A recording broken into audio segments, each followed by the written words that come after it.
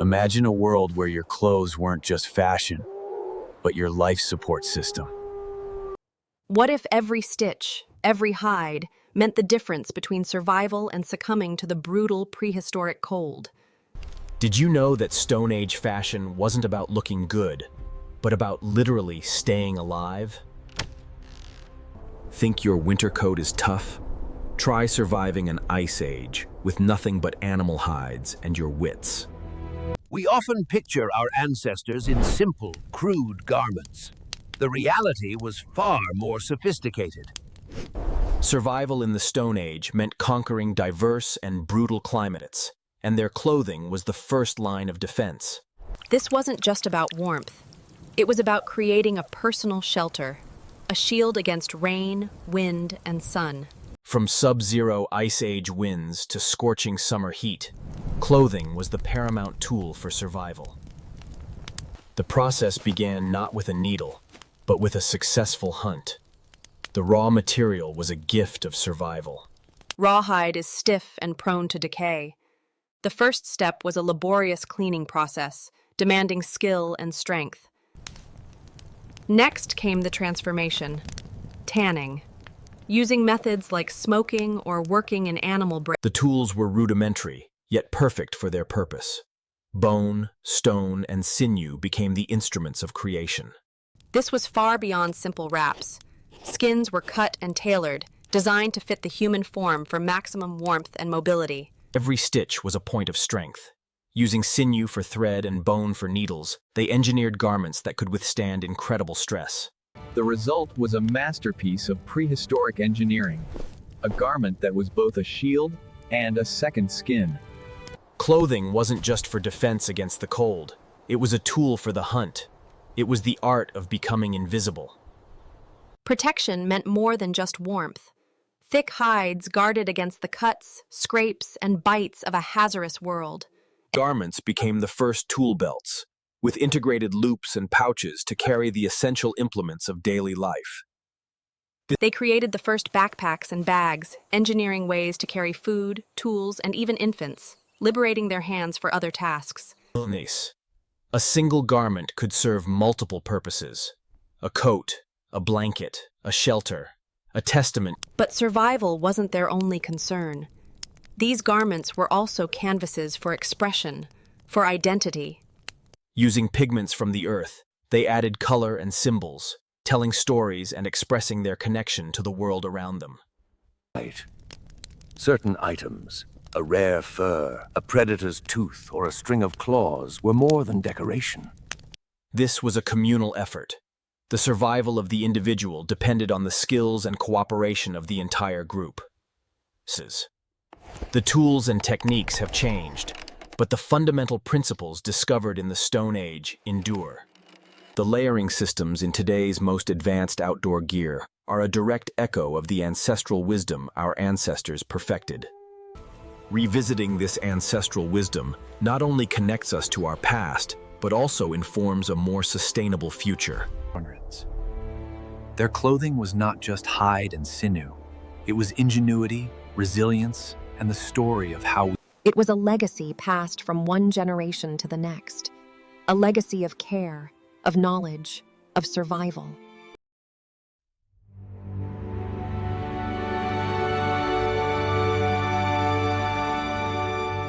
Once a prize was brought to camp, the work truly began. Every scrap of meat and fat had to be removed before the hide could be preserved.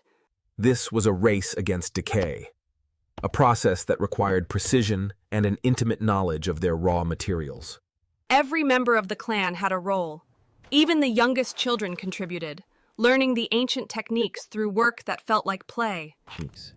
They discovered a powerful secret held within the animal itself. The brain contains lecithin and oils.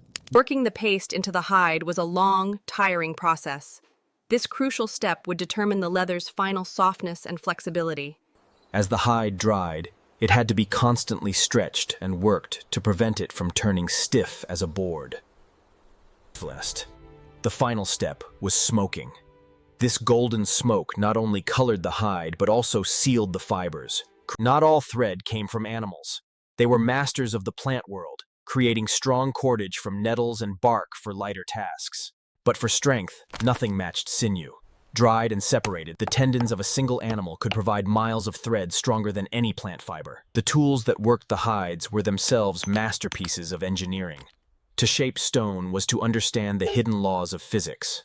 Each material was essential: stone for the edge, wood for the grip, and sinew for the bond that held it all together. Specialized tools allowed for more than just crude construction. They allowed for artistry and refinement. A hunter's life depended on the integrity of his tools. Maintenance was not a chore, but a ritual essential for survival. Hides and furs were also used to transform a cold stone shelter into a warm, comfortable home. Their ingenuity knew no bounds. A simple piece of stiff leather could be transformed into a tool to control the lifeblood of the clan. In a world without wells or pipes, the ability to carry water was the key to mobility and survival.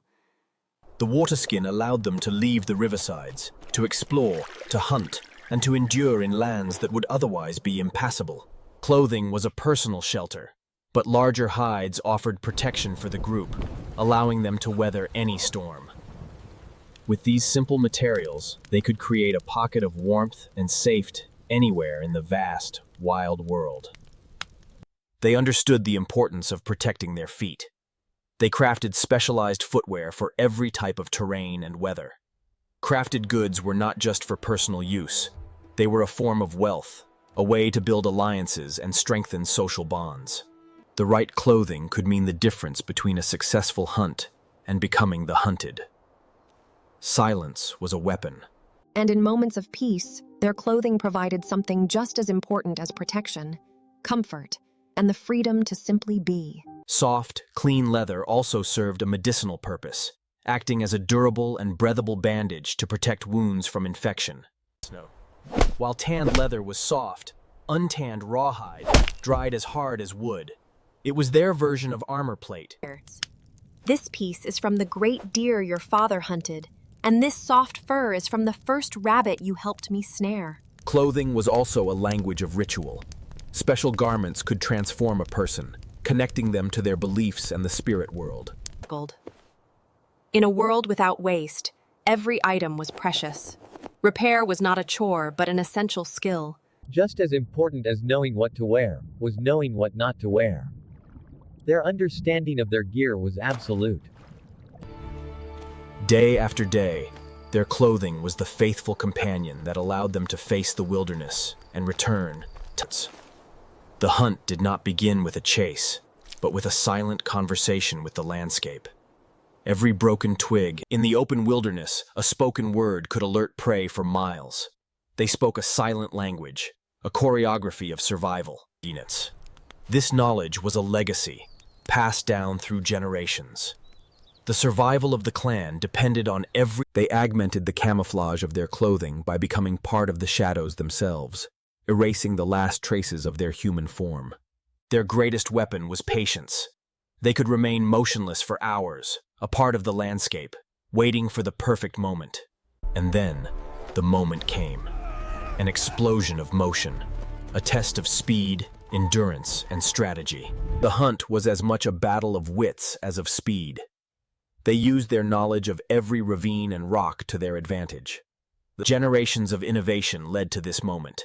The spear thrower allowed them to hunt larger, more dangerous prey from a safer distance. For every life taken, there was a profound understanding of the cost. It was a cycle of life and death. Nothing was wasted. Every part of the animal was a gift. The meat would feed them, the bones would become tools. The return was often as challenging as the hunt itself, a long journey carrying the promise of survival for the whole clan. This was their reward: the warmth of the fire, the safety of the family, and the knowledge that they had provided for their own. And so, the cycle would begin again. The hunter's prize became the artisan's canvas. Survival was not always about the dramatic chase. It was also in the quiet, patient gathering of the river's bounty. Securing food was only half the battle. Storing and preserving it for the lean times was just as critical. powerful. As the seasons turned, the rhythm of life continued. Each hunt, each skillfully tanned hide. Autumn was a time of urgent preparation, a race to gather the last of nature's gifts before the long, hard winter. Every stitch was an investment in the future. Every repaired seam, a shield against the coming cold. The first snow was not a threat, but a reminder, a signal that the time of preparation was over. In the heart of winter, their world shrank to a single point of light. Survival now depended entirely. As winter locked down the world, the shelter became their universe, a small bubble of warmth and life carved out of the ice. The darkness of winter was a time for patient preparation. Every tool was mended, every edge was sharpened. Every meal was a carefully calculated act. The bounty of autumn had to last until the world turned green again. In the long dark, stories were their light.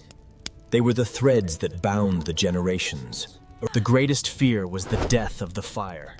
Its loss meant the loss of everything: warmth, light, and safety. Every journey outside, no matter how short, was a dangerous expedition into a world that had become lethal. The cold was a relentless enemy. It crept into every corner, a constant threat that demanded unending vigilance. In the deepest part of the winter, they did more than just survive. They created. They filled in it. Their art was not confined to walls. They created beautiful objects, imbuing them with meaning, magic. They filled the silence with music, their heartbeats and their breath becoming a rhythm of endurance. And then, after months of silence and ice, a new sound. A single drop of water. It was a warmth that touched more than the skin. It was the feeling of a world returning to life. For the children, it was a release, a return to a world of open spaces, of running, and of play. They emerged from their winter shelter, like bears from a den, to a world being reborn. The long hunger was ending, the green returned, and with it, the promise of life and the start of a new cycle. Spring was not a time of rest, but of renewed purpose. There was gear to repair, territory to explore, and a long winter's hunger to satisfy. And the spring brought back the great herds, following the returning green. Life. The hunt was different now. It was no longer a desperate gamble against the coming cold, but a confident harvest in a world of plenty. They had endured. They had survived another winter. It was a victory worthy of celebration, a feast to honor their resilience. With the return of the sun came the return of artistry, not just for survival. Summer. A time of long light and explosive life. The hardships of winter were a distant memory. The sun that brought life also brought a new challenge, the energy-sapping heat. Clothing became lighter. Glues. With the warmth and water came swarms of biting insects. But for every problem, the landscape. Summer's energy was often violent. A calm, hot afternoon could erupt into a terrifying display of nature's power in a matter of moments. The full rivers of summer offered new opportunities. Working together, they could harvest the bounty of the water on a scale. Summer offered rare luxuries, but they were often well defended. A moment of pain was a small price to pay for the sweet taste of honey. In the midst of plenty, they never forgot the scarcity to come. Every sunny day was an opportunity to. The long, warm days of summer were the season for exploration, for pushing beyond the boundaries of their known world. Their clothing was a portable home, providing all the warmth and shelter they needed to travel light and fast across the land. Encounters with other clans were rare and cautious affairs. They were opportunities for trade, for news. Summer was the time for heavy construction. Using the power of drying rawhide, they could build structures and create bonds as strong as iron.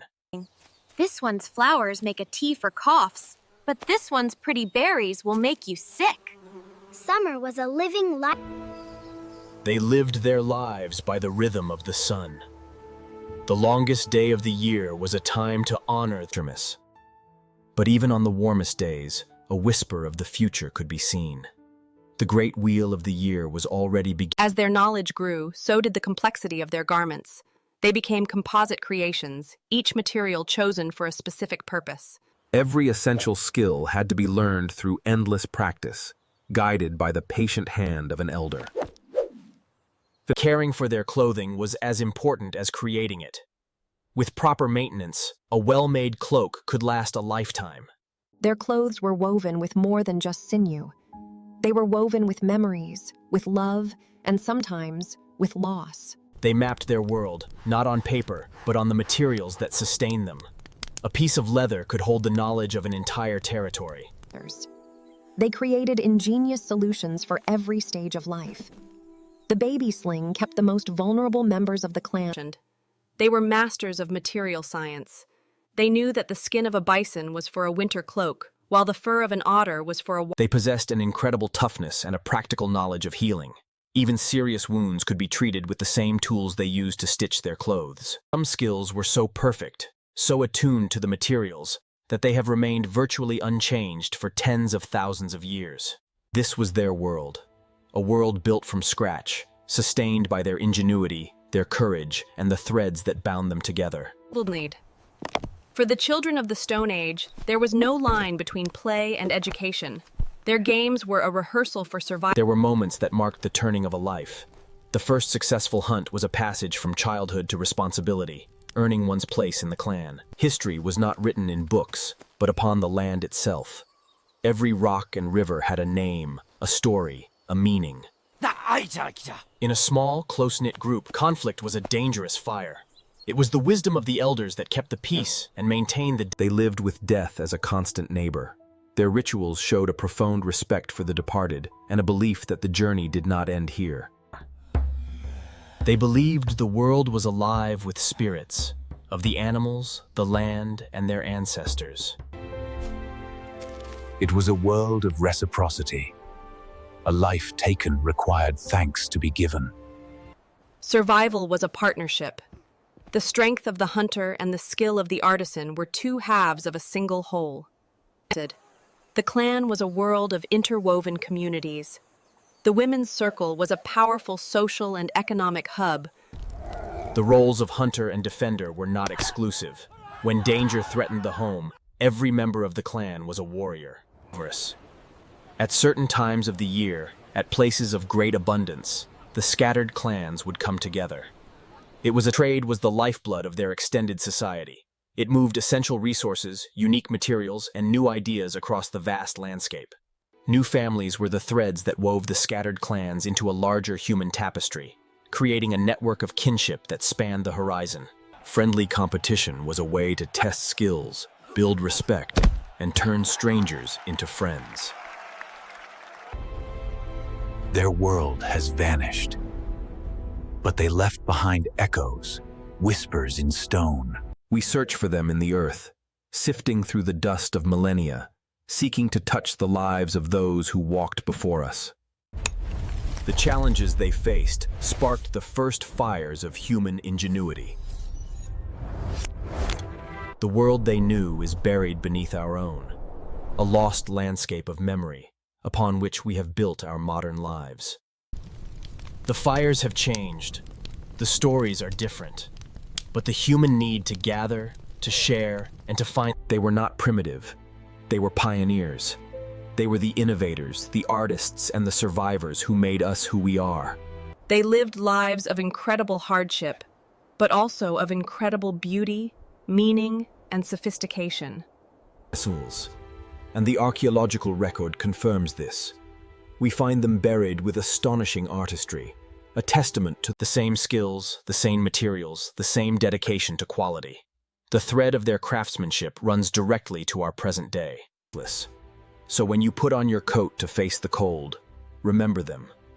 The family that first turned a simple animal skin into... Remember the ingenuity, the resilience, and the love that is stitched into the very fabric of our shared human story.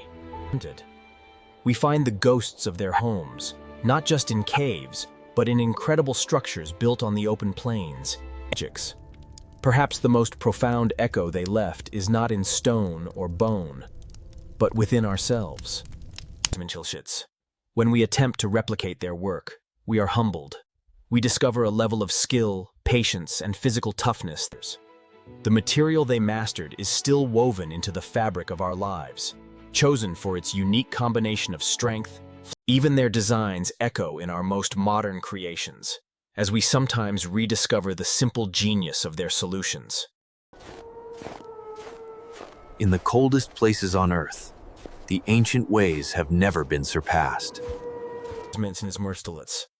The skills they practiced every day for survival are now skills we seek out, to reconnect with the wilds. The challenges they face daily would be, for us, the adventures of a lifetime. They were all extreme athletes. The desire to leave a mark, to say, I was here, to reach out from one's own time into the future. We visit the wilderness for recreation, for escape. For them, it was not a place to visit.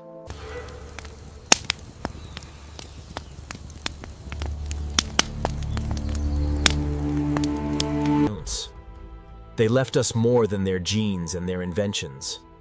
They left us a world, pristine and whole. We have traded the light of the campfire for the light of 1 billion bulbs. We have traded the silence of the wilderness. What have we forgotten in our journey from their world to ours? What wonders have we lost in exchange for our comfort and our power? Perhaps their greatest legacy is a simple reminder that our truest survival depends not only on our... They are the original family. Our original family. A legacy of resilience. A legacy of ingenuity.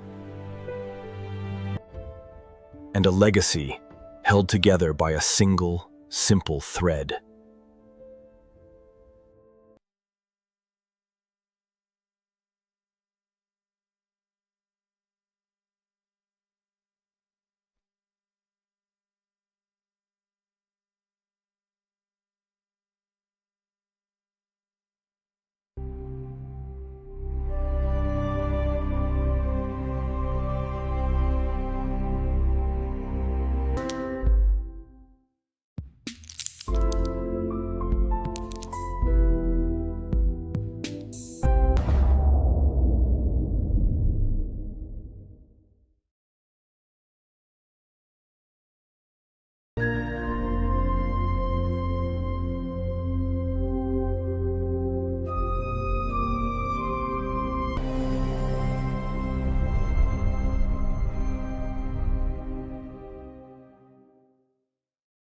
They did not live in an empty wilderness. They shared the world with giants, great beasts that were both a source of immense danger and profound bounty. Danger was a constant presence. In this world, humans were not yet the undisputed masters. They were simply one part of a complex and brutal food chain. It was a world of creatures that now exist only in our imagination. Strange and wonderful beasts that they learned to hunt by watching the other great hunters of their world, observing the strategies of the wolf pack and the patience of the great cat. And life was not just in the giants. It was in the sky, in the water, in the soil. Agents. Many of the most abundant foods required complex knowledge to unlock their nutrition, a skill passed from mother. Different tasks required different tools. The hunter's flint knife was useless for felling a tree. For that, a tougher, more durable toolkit was needed. And in the quiet moments, they created joy. Simple toys that taught children about the properties of the world through play. Amidst the hardships of their world, they found time for tenderness, for care, for the simple human rituals that bind a family together. Faults. Their bodies were their primary tool. They possessed a level of strength, agility, and endurance that was the simple. They learned to capture the energy of the animal, not just as food, but as a source of clean, reliable light. They used every resource imaginable. Even the delicate skins of birds could be transformed into materials. They were the first geologists, possessing a deep, practical knowledge of the earth. They could read the story of the stone. And in the heart of their society was the miracle and terror of birth, a moment of ultimate vulnerability. Their lives were a tapestry of constant work, deep knowledge, and strong bonds. A rhythm that laid the foundation for everything to come.